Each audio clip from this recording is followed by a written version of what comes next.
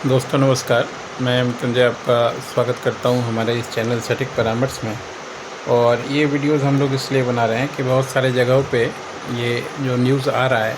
कि बिरयानी शॉप को लेके कि वहाँ पे जो चिकन या मटन जो भी बोलिए तो थोड़ा सा रोस्टेड यानी सड़ा हुआ जो सामान यूज़ हो रहा है या गलत सामान यूज़ हो रहा है, इसके रिगार्डिंग तो कई शहरों में ऐसा न्यूज़ है कि पुलिस का छापा भी पड़ा है और दुकान भी सील हुआ है। तो अगर मान लीजिए आप भी बिरयानी का दुकान चला रहे हैं या नया दुकान खोल रहे हैं, क्योंकि पूजा वगैरह में थोड़ा ये सामान प्रोडक्ट जो है ज़्यादा बिकता है, तो उस समय लोग जहाँ से मर्ज़ी करे सामान ख़रीद लेते हैं। बाद में पता चलता है कि कुछ इस तरीके की गलत चीज़ें उसमें निकल रही।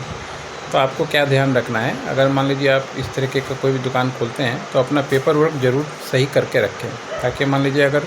पुलिस या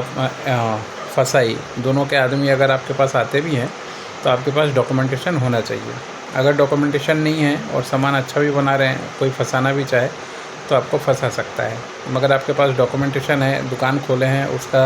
आपके पास शॉप एक्ट लाइसेंस है या मान लीजिए ट्रेड लाइसेंस है और लोकल पी टैक्स है, उसके बाद फसाई का एप्लीकेशन आपने कर रखा है, फसाई में सारा डॉक्यूमेंटेशन आपने दे रखा है, दुकान का फ़ोटो, अपना KYC, इसके अलावा कि अगर मान लीजिए आपके पास जो बिरयानी बच जाता है उसको आप कैसे डिकम्पोज़ करते हैं, ये सारा प्लान, पानी कहाँ से यूज़ करते हैं, उसका जो सिस्टम है, गंदगी जो निकलता है काम करने के बाद वो सब किस तरीके से आप डिकम्पोज़ करते हैं, ये सारा प्लान बना के अगर आपने गवर्नमेंट को दिया हुआ है, फसाई को दिया हुआ है, तो आपके पास मान लीजिए गवर्नमेंट के पास पहले से ये सारी चीज़ें जानकारी होती है। उसके बाद अगर मान लीजिए कभी कोई गलती निकल जाए तो वो अलग मुद्दा है, उस पर आप फिर आगे जाके लड़ाई करने लायक रह सकते हैं, क्योंकि आपने पहले से डॉक्यूमेंटेशन जो है बना के रखा हुआ है। अगर यही पेपर वर्क ना हो आपके पास तो सीधा आपके ऊपर एलिगेशन आता है और आपका दुकान भी सील होता है, प्रॉपर्टी भी सील होता है और फ़ाइन वगैरह भी, पेनल्टी वगैरह लगाया जाता है। क्योंकि अगर मान लीजिए इसमें ज़्यादातर क्या है, आप कोशिश करें कि जो भी सामान आप ख़रीद रहे हैं, जैसे मान लीजिए इसके लिए चावल, मसाला, चिकन या मटन, जो भी चीज़ आप ले रहे हैं, तो ऐसे वेंडर से लें जो पहले से ही ऑथराइज्ड हो, यानी उसके पास भी आपकी तरह डॉक्यूमेंटेशन हो, या मान लीजिए उसके पास भी फसाई का लाइसेंस हो। ये नहीं कि मतलब रास्ते चलते किसी भी आदमी से आप सामान रॉ मटेरियल उठा के अपना बिजनेस चालू कर दीजिए, तो आप फंसेंगे ही फंसेंगे। अगर उसके पास भी सारा डॉक्यूमेंटेशन रहता है तो आप क्या होगा, अगर मान लीजिए आपके पास आता है तो आप उसको दिखा पाएंगे कि हाँ हमने यहाँ से ख़रीदा है, फिर जो लीगल एक्शन है वो उस पर होगा, आप पे डायरेक्ट उसमें नहीं होगा। हो सके आप पे छोटा मोटा फ़ाइन या जुर्माना लग के छोड़ दिया जाए, मगर वो भी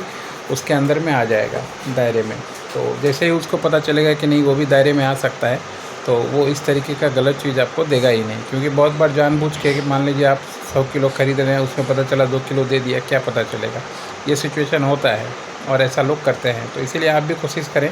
कि जो लाइसेंस होल्डर वेंडर हैं उनसे ही अपना रॉ मटेरियल ख़रीदें।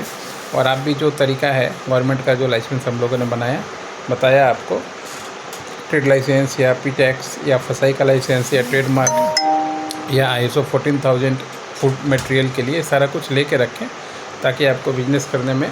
कोई दिक्कत ना हो। और इस तरीका अगर एक्शन होता है तो आप बचें और आपका जो ऑर्गेनाइजेशन है या जो आपका शॉप है या मान लीजिए जो आपका ब्रांड है वो भी बचे, क्योंकि ब्रांड बचेगा तो आपका बिजनेस अपने आप ही आगे की तरफ बढ़ने लगेगा। धन्यवाद।